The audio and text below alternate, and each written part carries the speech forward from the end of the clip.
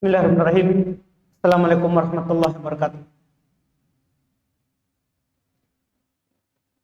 Innal hamdalillah nahmaduhu wa nasta'inuhu wa nastaghfiruh wa na'udzu billahi min shururi anfusina wa min sayyiati a'malina. May yahdihillahu fala mudilla lahu wa may yudlil fala hadiyalah. Asyhadu an la ilaha illallah wahdahu la syarikalah wa asyhadu anna Muhammadan abduhu wa rasuluh. Sallallahu ala nabiyina Muhammadin wa ala alihi wa ashabihi wa man tabi'ahum bi ihsan ila yaumiddin, amma ba'd. Kaum muslimin jamaah salat maghrib rahimani wa rahimakumullah. Alhamdulillah, kembali di hari ini kita melanjutkan kajian kitab Bulughul Maram min Adillatil Ahkam karya Al-Imam Al-Hafidz Ibn Hajar Al-Asqalani Asy-Syafi'i rahimahullahu ta'ala. Kita tentunya masih di kitab Thaharah, pembahasan adab buang hajat. Di pembahasan terakhir kita telah menjelaskan hukum seputar menghadap atau membelakangi kiblat saat buang air. Apakah air besar ataupun air kecil. Di malam hari ini kita lanjutkan di hadis berikutnya, yaitu di cetakan saya ini yang saya pegang, nomor 85. Kata beliau rahimahullah, wa an Aisyata radhiyallahu ta'ala anha qalat, inna nabiyya sallallahu alaihi wa alihi wasallam qala, man atal ghaita falyastatir. Rawahu Abu Daud. Kata beliau rahimahullah dari Aisyah radhiyallahu taala anha, beliau berkata dari Nabi sallallahu bahwasanya Nabi sallallahu alaihi wasallam bersabda, man atal ghaita, siapa yang mendatangi tempat buang air, falyastatir, maka hendaklah dia istitar, yaitu menutup antara dirinya dengan pandangan orang-orang yang akan melihat. Ya, kalau di tanah lapang dengan menjauh, atau dengan bahasa dasar dalam hadis al-ghaid. Al-ghaid itu artinya makan al-munkhafid, tempat yang rendah. Tempat yang rendah. Ini kalau di tanah lapang. Kalau dalam ruangan tentunya alhamdulillah sitirnya, tirainya, pembatasnya adalah tembok atau dinding tempat buang air. Hadis ini kata beliau rawahu Abu Daud, diriwayatkan oleh Imam Abu Daud rahimahullah.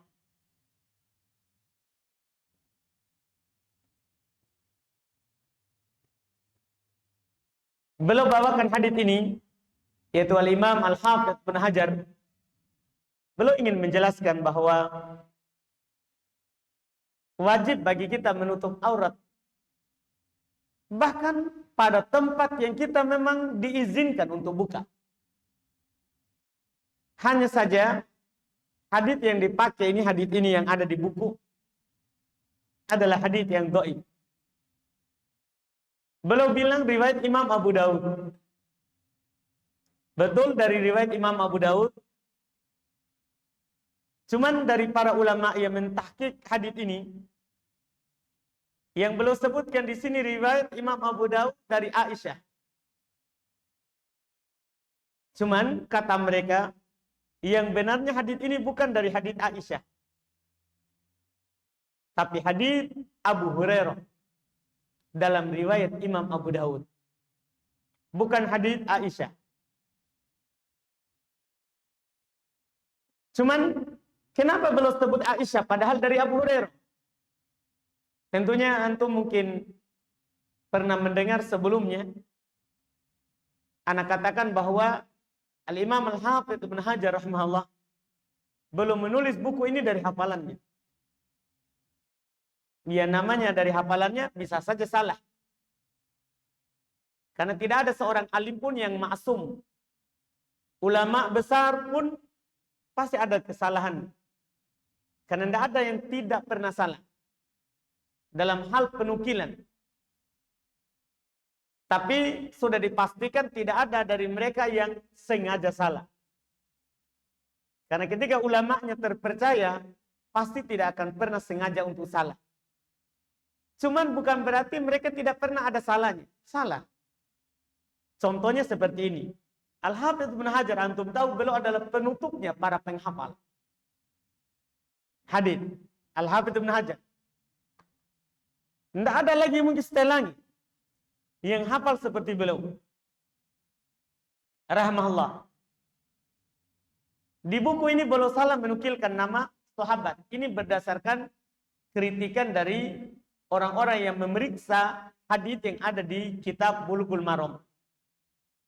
Ketika mereka periksa dalam riwayat Imam Abu Daud dengan lafaz yang beliau sebutkan ini, itu bukan dari Aisyah, tapi dari Abu Hurairah radhiyallahu taala anhu.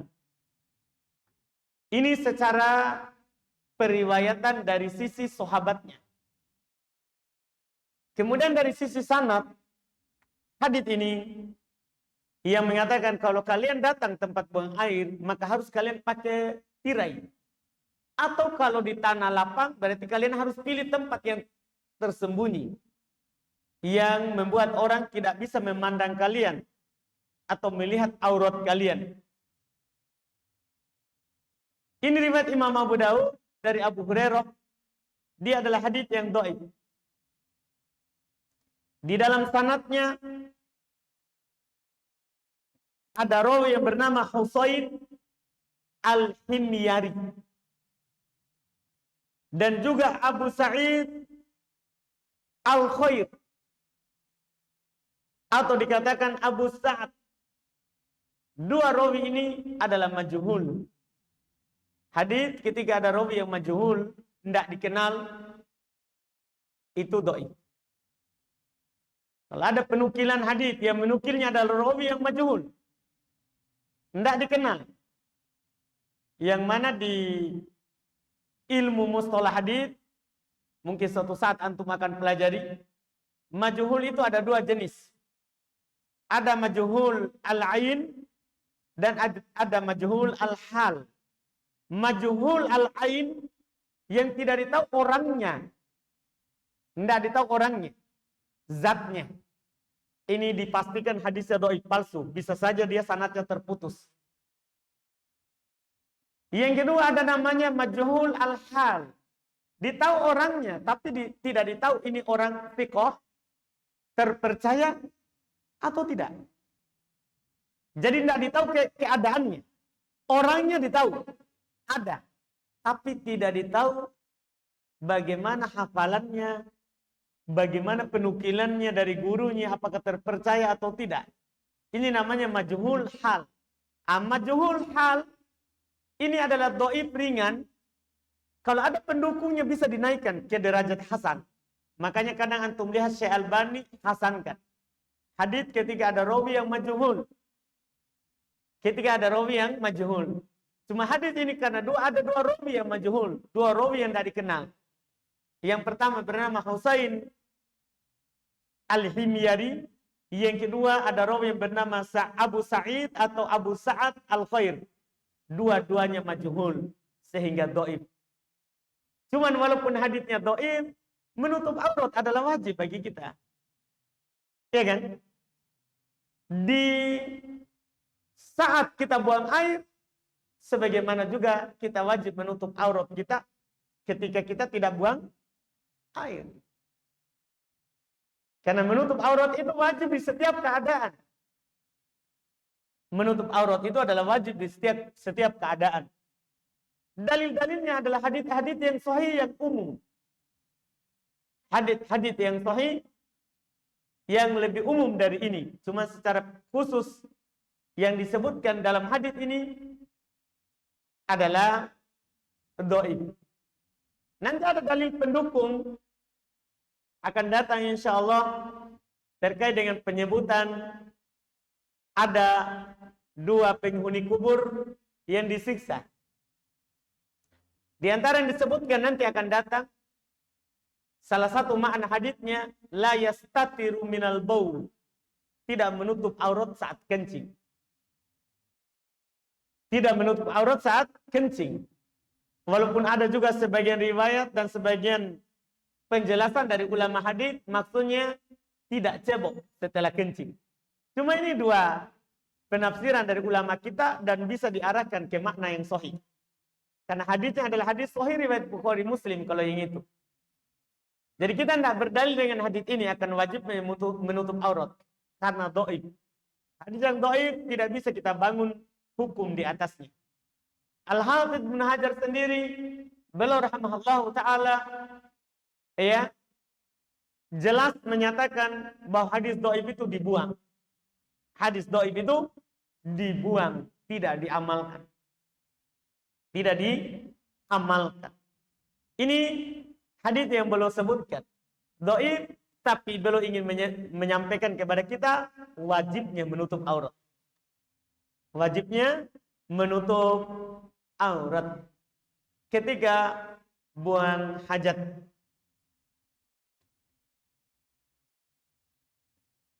Kemudian berikutnya kata beliau rahimahullah, wa an Aisyah radhiyallahu taala anha qalat anna an-nabiy sallallahu alaihi wa alihi wasallam idza kharaja minal ghaid qala ghufranak akhrajahu al-khamsa wa sahahu Abu Hatim wal Hakim.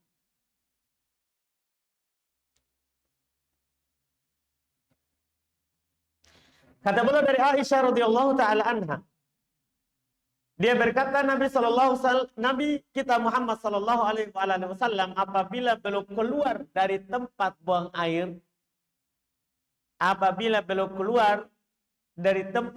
air, maka beliau membaca dan berdoa, ghufranak, ya Allah, saya meminta pengampunanmu. Ini ketika keluar dari tempat buang air. Kalau masuk sudah disebutkan di awal. Kita baca bismillah atau Allahumma inni a'udzubika minal khubuthi wal khaba'ith, atau bismillah Allahumma inni a'udzubika minal khubuthi wal khaba'ith. Itu masuk. Sekarang kalau keluar apa kita baca? Ini yang boleh sampaikan. Ini sudah pembahasan ujung buang hajat, makanya boleh sampaikan doa keluarnya. Doa keluarnya. Kata beliau akhrajahul khamsah. Hadis ini dikeluarkan oleh Imam 5. Hadis ini dikeluarkan oleh Imam 5. Imam 5 yang belum maksudkan adalah Imam Ahmad, Abu Daud, At-Tirmidzi, An-Nasa'i, dan Ibnu Majah. Itu yang dimaksud dengan Imam 5. Imam Ahmad, Imam Abu Daud, Imam At-Tirmidzi, Imam An-Nasa'i, dan Imam Ibnu Majah. 5 orang yang meriwayatkannya. Dan beliau komentari, beliau katakan, hadits ini disahihkan oleh Abu Hatim dan juga disahihkan oleh Al-Hakim.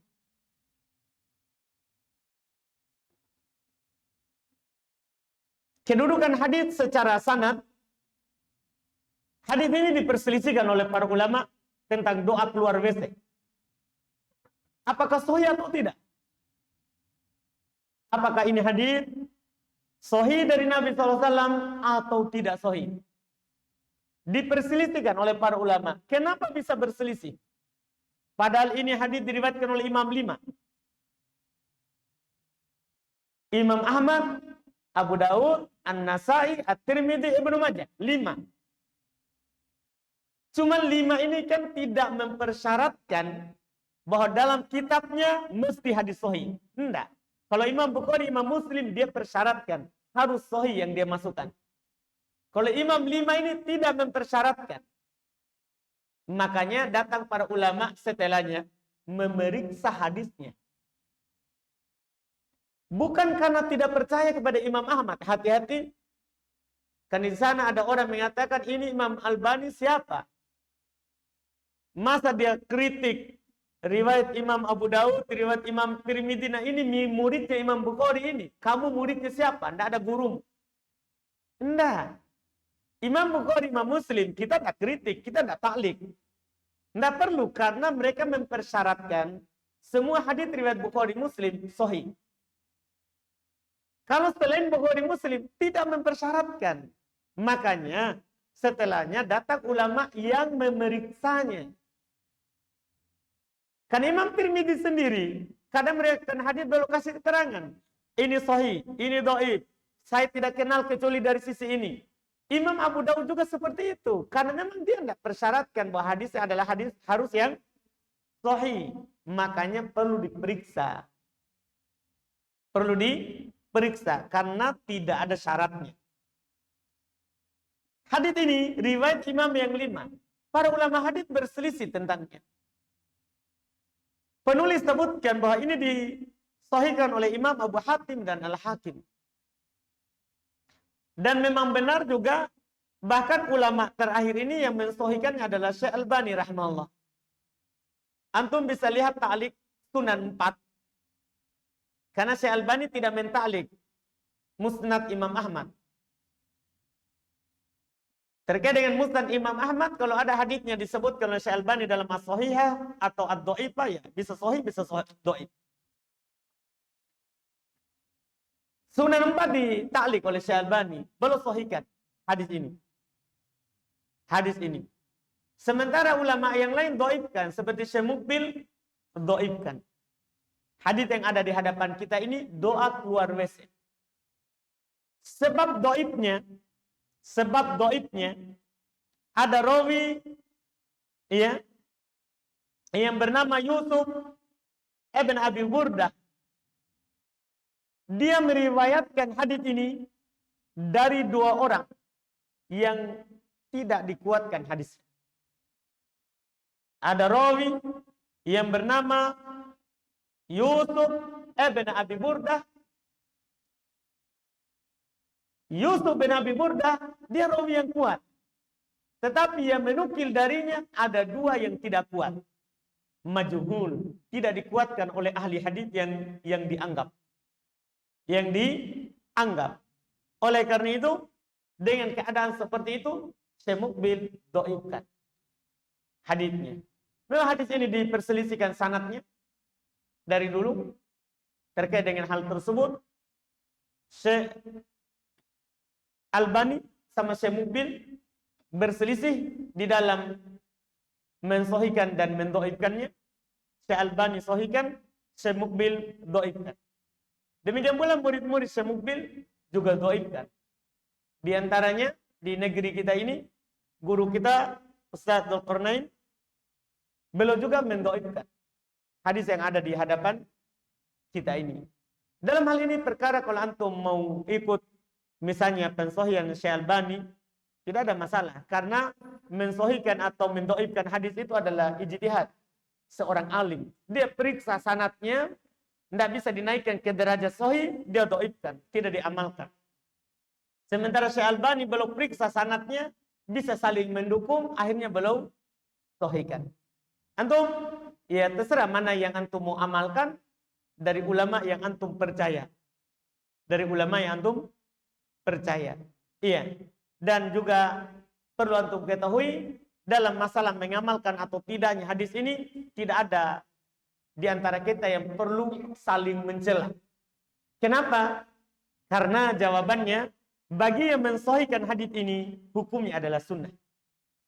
Bukan hal yang wajib, berdosa orang kalau tidak lakukan.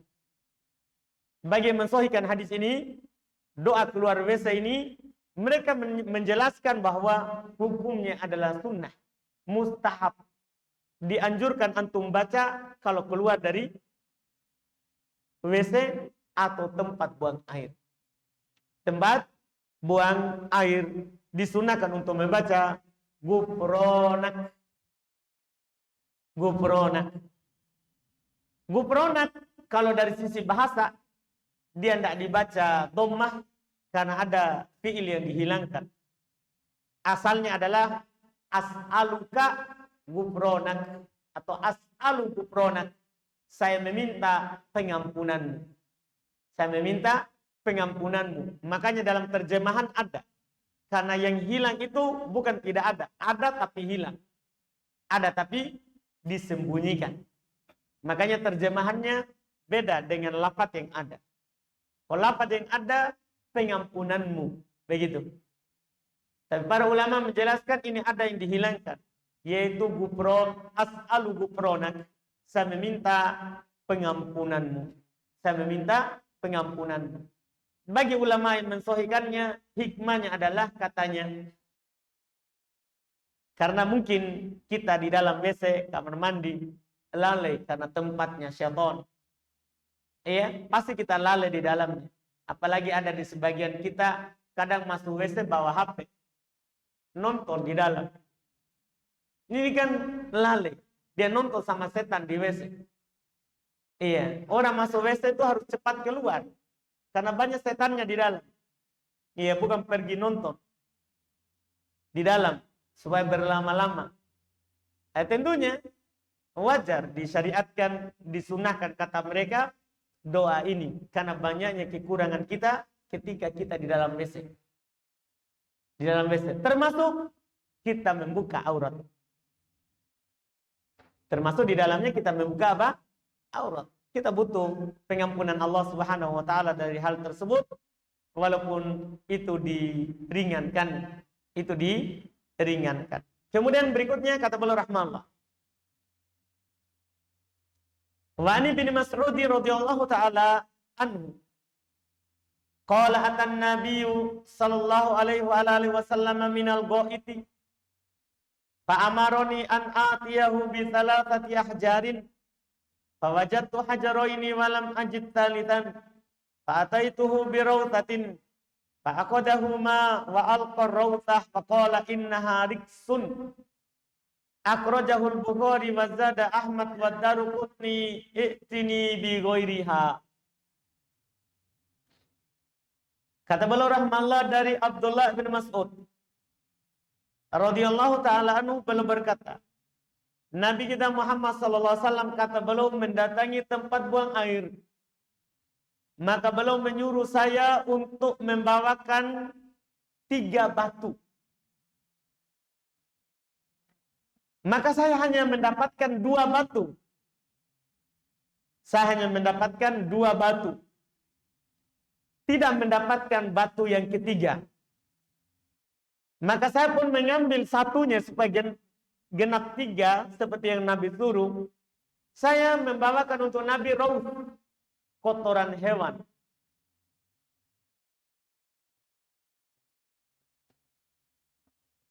Saya mendatangi Nabi SAW dengan hal tersebut. 2 batu, 1 kotoran hewan. Fa'aqadahuma, maka Nabi mengambil 2 batu. Wa alqar rautah, dan membuang kotoran hewan. Wa qala innaha riksun, Nabi bilang itu adalah najis. Itu adalah najis. Akhrajahul Bukhari. Ini hadis dikeluarkan oleh Imam Al-Bukhari. Tidak perlu dicari tahu sahih atau tidak. Karena asalnya riwayat Bukhari sahih. Diterima oleh kaum muslimin, disepakati. Dan ada tambahan dalam riwayat Imam Ahmad dan Imam Daruqutni. Nabi bilang kepada Abdullah bin Mas'ud, carikan untukku selain kotoran tadi. Carikan untukku selain kotoran tadi. Hadis ini mudah saja fikihnya. Fikih pertama, boleh kita beristijmar atau beristinja dengan batu. Boleh. Apa dalil akan bolehnya ini? Nabi suruh Abdullah bin Mas'ud untuk carikan apa? Batu. Boleh. Itu fikih pertama dan ini disepakati. Para ulama cuman berselisih mana yang lebih utama, batu atau air. Tapi mereka bersepakat boleh pakai batu, boleh pakai air. Hadis ini adalah hujah. Ya, akan bolehnya pakai batu. Kemudian fikih yang kedua, hadis ini menunjukkan bahwa kita tidak boleh beristinja dengan kotoran hewan. Yang mana kotoran hewan terbagi dua. Ada kotoran hewan yang najis dan ada kotoran hewan yang tidak najis. Kotoran hewan kalau dimakan dagingnya itu tidak najis. Dan kalau dimakan dagingnya, kalau tidak dimakan dagingnya najis. Itu najis. Ini terkait dengan uraian tersebut. Kotoran hewan. Mau dia najis ataupun tidak najis, tidak boleh dipakai untuk istinja.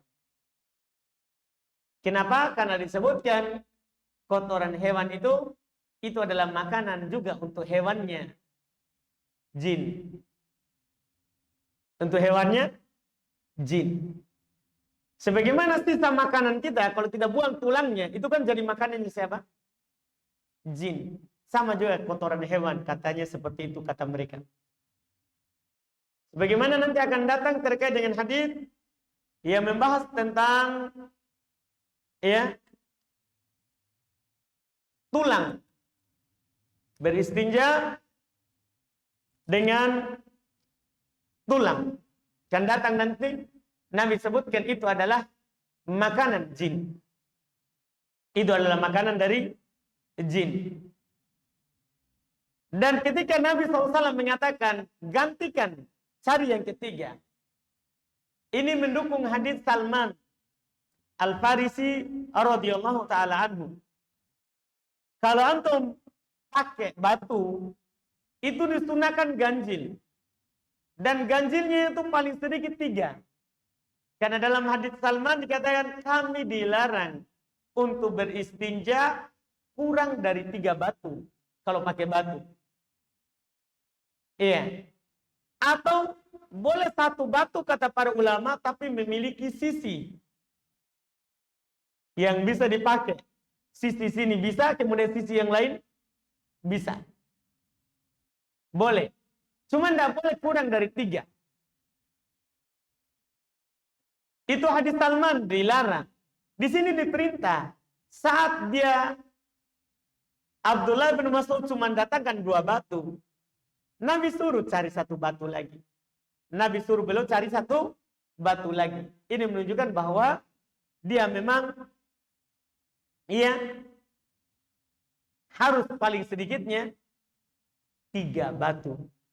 Harus paling sedikitnya 3 batu. Ini hadis-hadis yang saling mendukung dalam hal tersebut. Dan nanti akan datang setelahnya hadis yang ke-88 dari Abu Hurairah. Tambahan terkait dengan raud tadi. Kata beliau rahimahullah an Abi Hurairah radhiyallahu taala anhu qol. Dari Abu Hurairah radhiyallahu taala anhu beliau berkata, Inna Rasulullah sallallahu alaihi wasallam naha an yustanja bi atmin aw raud. Qala innahuma la yutahhiran. Kata beliau, Rasulullah SAW melarang untuk beristinja dengan tulang dan kotoran. 2 ini. Tambahan di hadis Abu Hurairah adalah tulang. Dan Nabi berkata itu keduanya tidak mensucikan. Tidak mensucikan. Kata beliau, rawahu Daruqutni wa shahah. Ini hadis diriwayatkan oleh Imam Ad-Daruqutni dan beliau sahihkan. Beliau sahihkan. Hadis ini disahihkan oleh Imam Daruqutni, cuma para ulama lain dia dhaifkan. Karena di dalam sanadnya ada rawi yang bernama Ya'qub ibn Humaid ibn Kasib dan Salamah ibn Roja. Keduanya adalah rawi yang dhaif. Rawi yang dhaif. Jadi secara sanad hadis yang ada di hadapan kita ini dhaif dengan lafaz seperti ini. Cuman potongan-potongannya ini kita dilarang beristinja dengan tulang, dilarang beristinja dengan kotoran, itu ada di hadis-hadis yang lain. Cuman disatukan antara tulang dan kotoran, ini dhaif. Ini dhaif. Ini mendukung hadis sebelumnya. Oleh karena itu para ulama mensahihkan lafaz ini juga sebagiannya karena ada pendukung dari jalur lain. Ini kembali menegaskan kepada kita tidak bolehnya beristinja dengan kotoran. Sekaligus ada tambahan tidak bolehnya kita beristinja dengan tulang. Tentang tulang hadis ini dhaif, cuman ana akan sampaikan kepada antum hadis sahih. Dalam riwayat Imam Al-Bukhari disebutkan tersendiri tulang. Dari Abu Hurairah radhiyallahu taala anhu, beliau berkata, "Ya Rasulullah, wahai Rasulullah, ma balul adm? Kenapa kita tidak bisa cebok, tidak bisa beristinja dengan tulang?" Itu kata Abu Hurairah bertanya kepada Nabi SAW. Kata Nabi, "Hiya ta'amu ikhwanikum minal jin." Itu adalah makanan saudara kalian dari kalangan jin. Itu adalah makanan saudara kalian dari kalangan apa? Jin. Ini alasannya. Kenapa kita tidak boleh beristinja dengan apa? Dengan tulang. Kenapa kita tidak boleh beristinja dengan tulang? Nah, sehingga ini alhamdulillah tentunya sudah jelas ya hal-hal yang boleh kita pakai untuk beristinja dan yang tidak boleh. Dan yang tidak boleh. Insya Allah kita lanjut lagi di pertemuan yang akan datang dengan hadits-hadits berikutnya. Kita masuk di sesi tanya jawab. Alhamdulillah.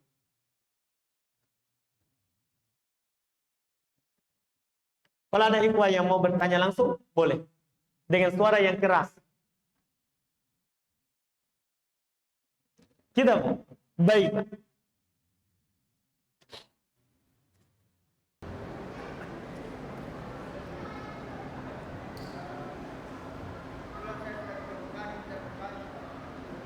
Iya.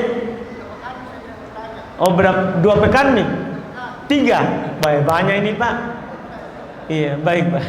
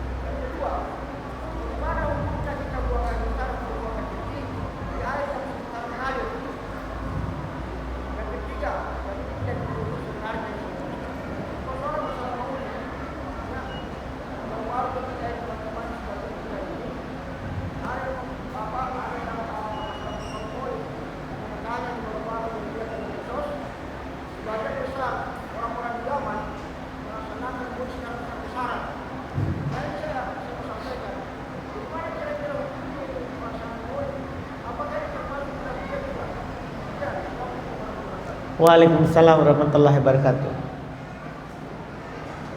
Pertanyaan beliau yang pertama, bagaimana hukum menulis doa masuk WC di tempat WC, di pintu WC?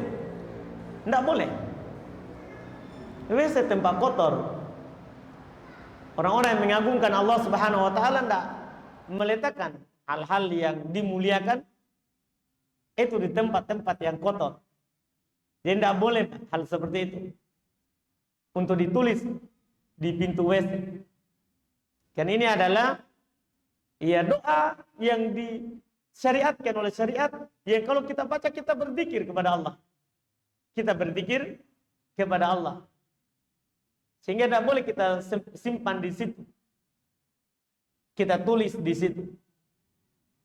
Iya. berdalil dengan dalil umum bahwa kita harus menghormati syariat. Karena itu adalah lambang ketakwaan kita.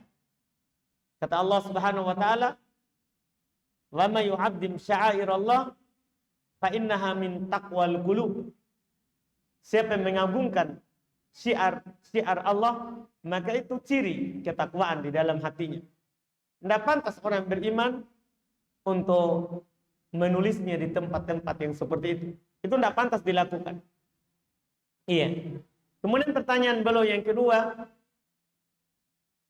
tentang apa tadi? Buang air di air yang mengalir. Apakah boleh? Boleh. Karena dalam hadis riwayat Imam Al-Bukhari dan Imam Muslim, Nabi SAW melarang untuk buang air di air yang diam, tidak mengalir. Kata beliau, la yabulanna ahadukum fil ma'id da'imil ladzi la yajri.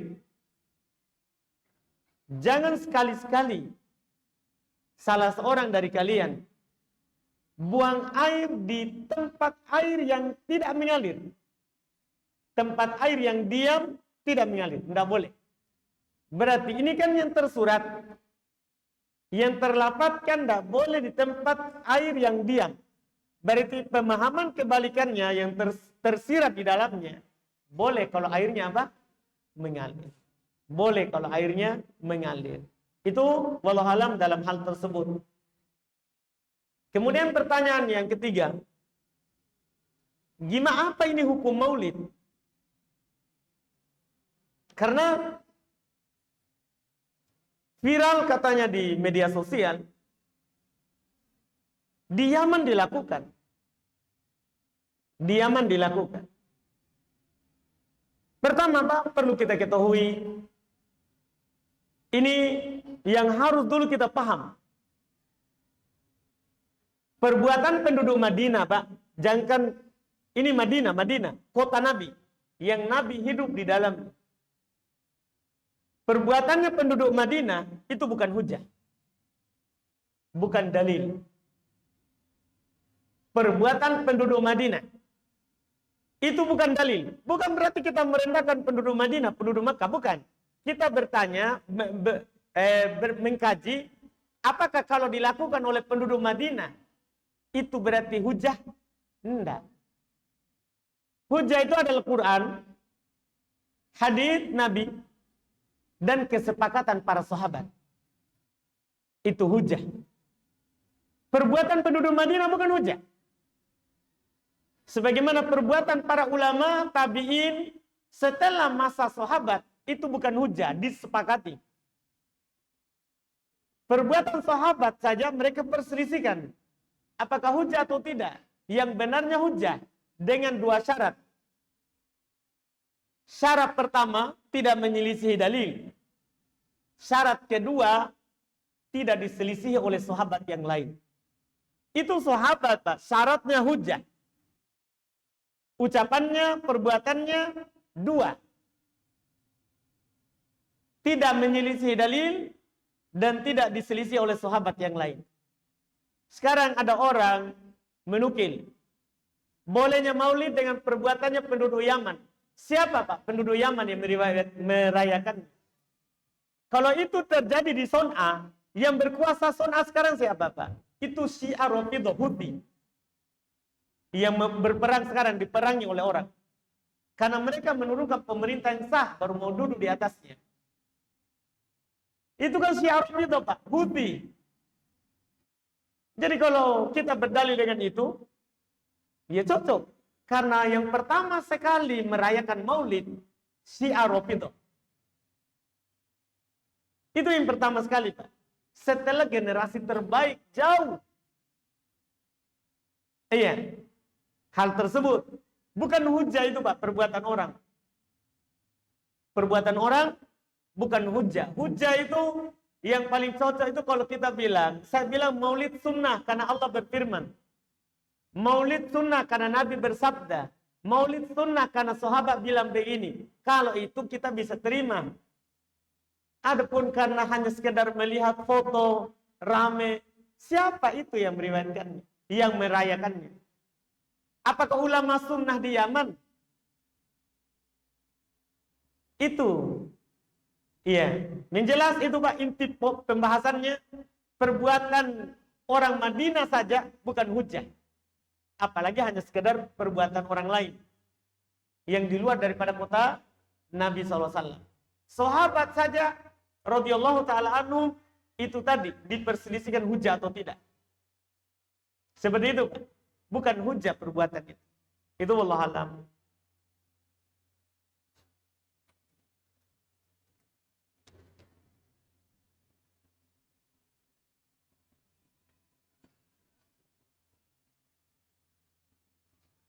Ini ada pertanyaan katanya apa saja ya kitab hadis yang membahas jalur sanad periwayatan. Ya, kalau kita bertanya seperti itu banyak kitab hadis yang disebutkan. Di antara yang paling terkenalnya adalah 9 kitab. Bukhari Muslim, kemudian Musnad Imam Ahmad, itu sudah ketiga. Yang keempat Sunan Abu Daud, yang kelima Sunan Imam Nasai, Sunan Imam At-Tirmidzi, Sunan Imam Ibnu Majah. Kemudian ditambah Muwatta Imam Malik, ditambah lagi Sunan Ad-Darimi juga seperti itu. Kemudian ada di sana Mustadrak Al-Hakim, itu tambahan daripada Bukhari Muslim, belum tambah hadis-hadis sahih tapi tidak ada di Bukhari Muslim. Tidak ada di Bukhari Muslim. Ada kitab juga Sunan Al-Kubra, ada As-Sugra punyanya Imam Ad-Daruqutni rahimahullah. Banyak kitab hadis. Banyak kitab hadis. Iya, yang banyak tersebar di tengah kita dan mudah didapat adalah kitab As-Sab'ah. Kitab yang 7. Kitab yang 7. Maksudnya yang 7 itu adalah Bukhari Muslim, kemudian Sunan yang 4, dan ditambah Imam Ahmad. Itu mudah didapat di pasar. Itu mudah didapat di pasar. Buku-buku hadis. Iya.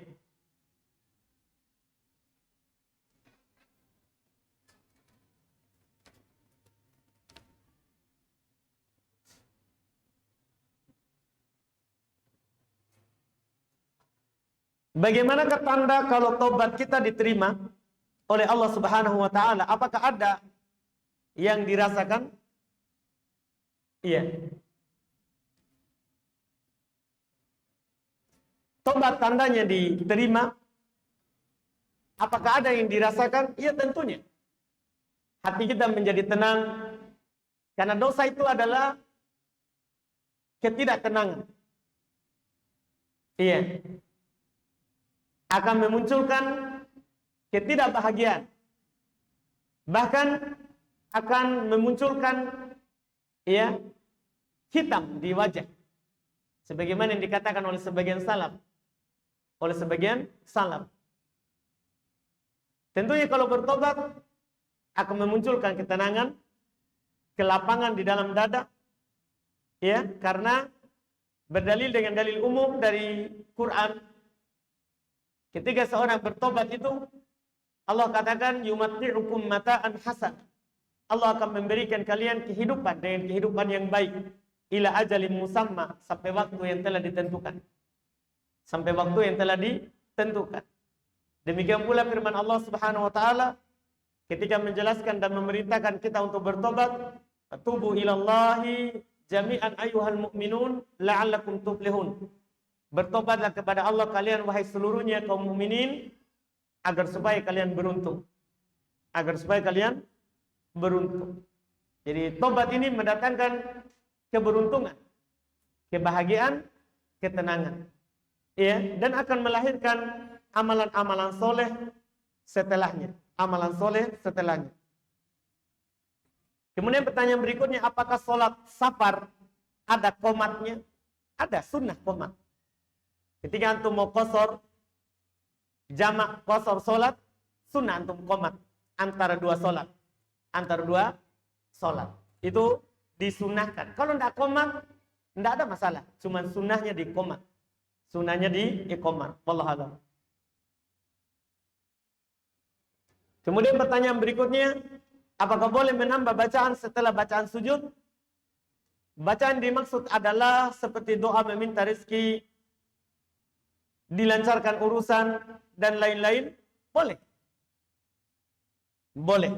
Berdalil dengan hadits umum dari Nabi SAW. Kata beliau, aqrabu ma yakunu bainal abdi wa rabbihi wa sajid. Paling dekat seorang hamba dengan Rabbnya dalam keadaan dia sujud. Kemudian Nabi bilang, fa'akfiru ad-du'a. Maka perbanyak doa. Perbanyak doa. Ini perintah dan anjuran umum. Doa apa saja kita boleh berdoa ketika kita sujud.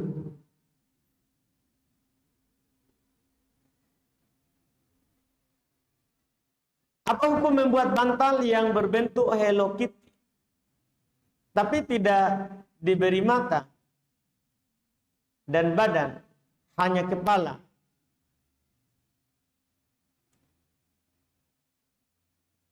Tidak diberi mata, hanya kepala.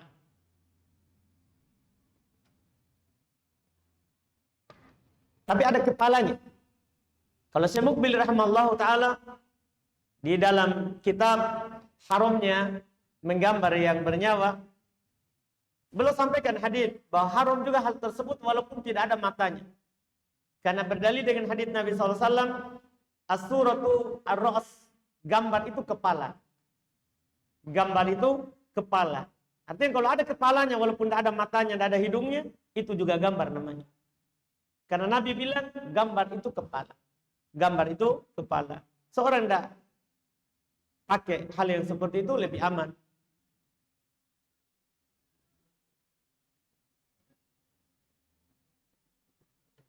Adakah di zaman sekarang ini orang yang masih bertemu dengan Rasul? Di mana dulu? Kalau bertemu dalam mimpi, iya. Karena Nabi SAW katakan, man ro'ani faqad ro'ani. Siapa yang melihatku dalam mimpi, maka sungguh betul dia telah melihatku. Karena Nabi SAW tidak bisa diserupai oleh syaitan. Syaitan, jin, diberikan kekuatan untuk menyerupai makhluk yang lain. Seperti manusia, hewan bisa. Cuma Nabi SAW tidak bisa dia tiru. Maka siapa yang mimpi lihat Nabi SAW, maka dia telah melihat Nabi. Adapun di dunia nyata, pastikan dusta. Dipastikan. Kalau ada 500%, pastikan 500%. Jangan 100, terlalu sedikit. Iya. Nabi SAW sudah beda alamnya dengan kita. Belum alam barzah. Tidak keluar lagi alam dunia. Tidak keluar lagi ke alam dunia. Sudah beda alam. Sudah beda alam. Kalau lihat dengan mata kepala, sadar, itu tidak mungkin. Itu tidak mungkin.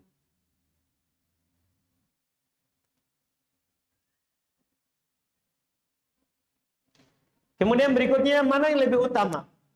Belajar Quran atau bahasa Arab dulu, Ustaz? Karena ada teman bilang, bagaimana mau paham Quran, bahasa Arab saja kamu tidak tahu.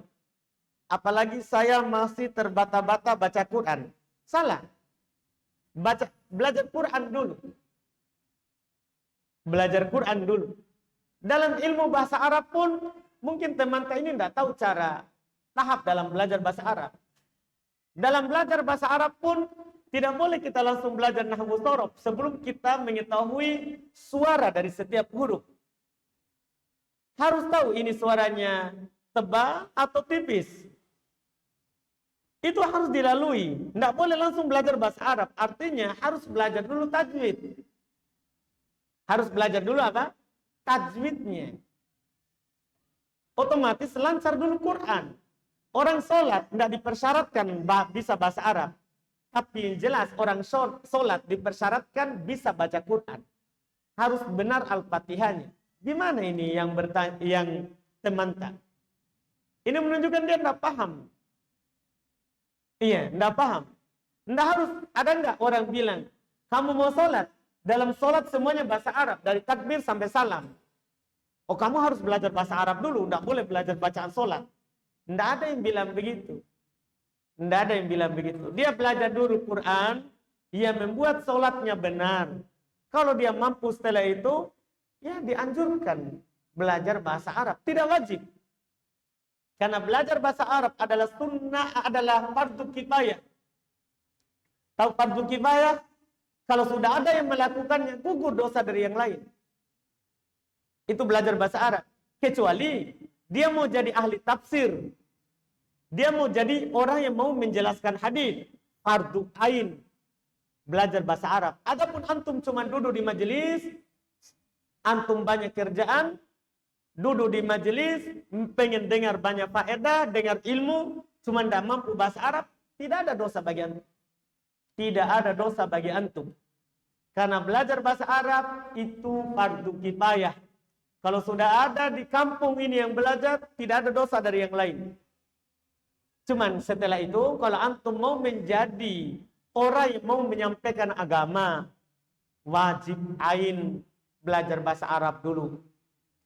Itu baru yang disebutkan wajib ain. Yang disebutkan wajib ain. Iya. Doakan hidayah untuk teman tak supaya dia semangat terus.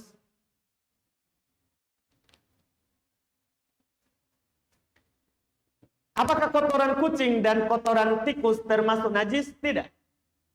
Dia tidak dimakan dagingnya, tapi dia dimaafkan. Ketika Nabi SAW dalam hadis riwayat Imam Al-Bukhari dan Imam Muslim, beliau ditanya tentang kucing. Apakah dia najis atau tidak? Kata Nabi tidak. Itu tidak najis. Innaha minat tawafina alaikum. Itu termasuk hewan yang keliling-keliling di tengah kalian. Masyakoh berat bagi kita untuk mengatakan dia adalah najis. Sehingga itu diringankan. Kotoran kucing dan hewan yang di bawah bentuknya yang selalu berkeliling di antara kita itu dimaafkan. Tidak najis. Wallahu a'lam.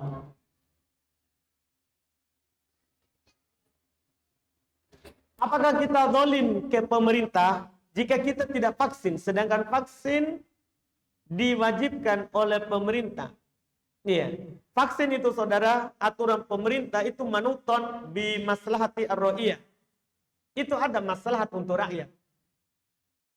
Ada maslahat untuk orang yang mereka pimpin. Artinya kalau antum tidak ambil ini maslahat, iya, ini Masya Allah, pemerintah tidak mengambil harta antum. Diambil saja harta kita, dia pukul punggung kita, wajib kita taat. Bahkan kalau ada pemerintah lebih mengutamakan kepentingannya daripada kepentingan kita, tetap kita taat. Apalagi ini kan vaksin ini maslahat kita. Kita akan keluar berkeliling di pasar, masuk masjid dengan penuh keamanan. Karena dengan keyakinan, saya sudah vaksin. Sudah saya ambil sebab, baru bertawakal. Jangan bertawakal, baru tidak ambil sebab. Ini saudara masuk dalam mengambil sebab. Ada seorang lelaki datang kepada Nabi SAW di masjid. Datang dengan ontanya. Dia bilang, ya Rasulullah, saya lepas baru tawakal, saya ikat baru tawakal, atau saya lepas saja baru tawakal. Kata Nabi, ikat baru tawakal. Ini dalam rangka ambil sebab. Supaya antum kita yakin bahwa tidak ada penyakit yang menular. Karena Nabi SAW bersabda, la adwa. Tidak ada penyakit yang menular. Cuma kita harus ambil sebab. Jangan sampai nanti kita bersin, orang di samping kita tidak paham agama. Akhirnya dia bilang, saya tertular dari si fulan. Merusak keyakinan teman. Atau kita sendiri digoda oleh syaitan. Wah, habis dari mana? Di masjid. Atau dari pasar sana, saya tertular. Itu kan pemahaman jadinya keliru. Maka supaya untuk menguatkan keyakinan itu, antum vaksin. Itu juga kan bukan maksiat. Bukan juga hal yang mengambil harta antum. Bukan. Ini kan gratis. Kenapa antum tidak lakukan? Kenapa antum tidak lakukan? Ya, apalagi antum dibilang ahli sunnah. Ahli sunnah itu tadi anak bilang. Wa ala atharotin alaina. Kata Nabi SAW, walaupun itu penguasa lebih mementingkan dirinya daripada kita taat. Ditanya oleh para sahabat waktu itu, apalah nuqatilu? Apakah tidak kita perangi saja dia? Karena seperti itu, lebih mementingkan dirinya daripada kita, masyarakat. Kata Nabi, la masallu. Tidak selama dia sholat. Tidak selama dia sholat. Belum taat. Penguasa kita, alhamdulillah, semuanya sholat. Iya kan? Iya, alhamdulillah.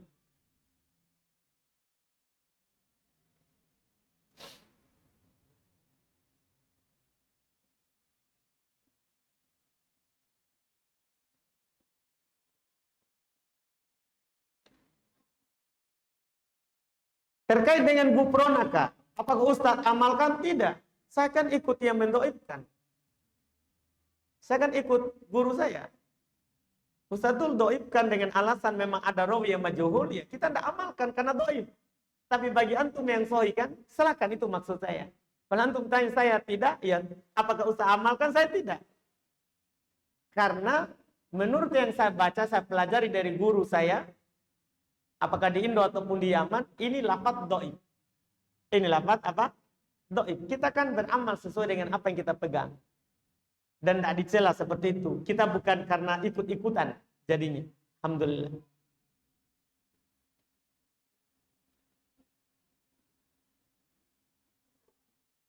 Bolehkah sengaja tidak mengucapkan basmalah saat makan? Karena diakhirkan membacanya untuk mengerjain jin kafir. Kasihan. Bermain-main dengan jin. Hati-hati. Iya. Jangan antum bermain-main dengan jin. Iya. Ini berbahaya. Nanti antum kalau begitu di awalnya, saya mau kerjain, saya nggak usah baca dulu. Ternyata di akhir kan dia berusaha untuk sibukkan pikiran antum. Apa yang antum mau lakukan? Jangan bermain-main. Antum bermain-main tidak begitu dengan sengaja begitu, dia akan berupaya untuk ngerjain antum dengan yang lebih parah. Iya, bahaya tuh. Nanti antum sengaja masuk WC dulu, tidak baca bismillah, sudah buka baju baru keluar. Baca bismillah. Kena kok. Begitu ya. Wah, bahayanya itu antum. Nanti berhubungan dengan istri, jangan dulu baca bismillah. Nanti saat mau keluar mani baru bismillah. Gimana caranya? Keluar maninya belum baca bismillah karena berada di puncak nikmat. Dilupakan. Akhirnya setan berserikat dengan anaknya dalam membuat anak. Oh, bahaya. Itu bahaya. Jangan bermain-main. Pokoknya jangan bermain-main dengan jin. Iya.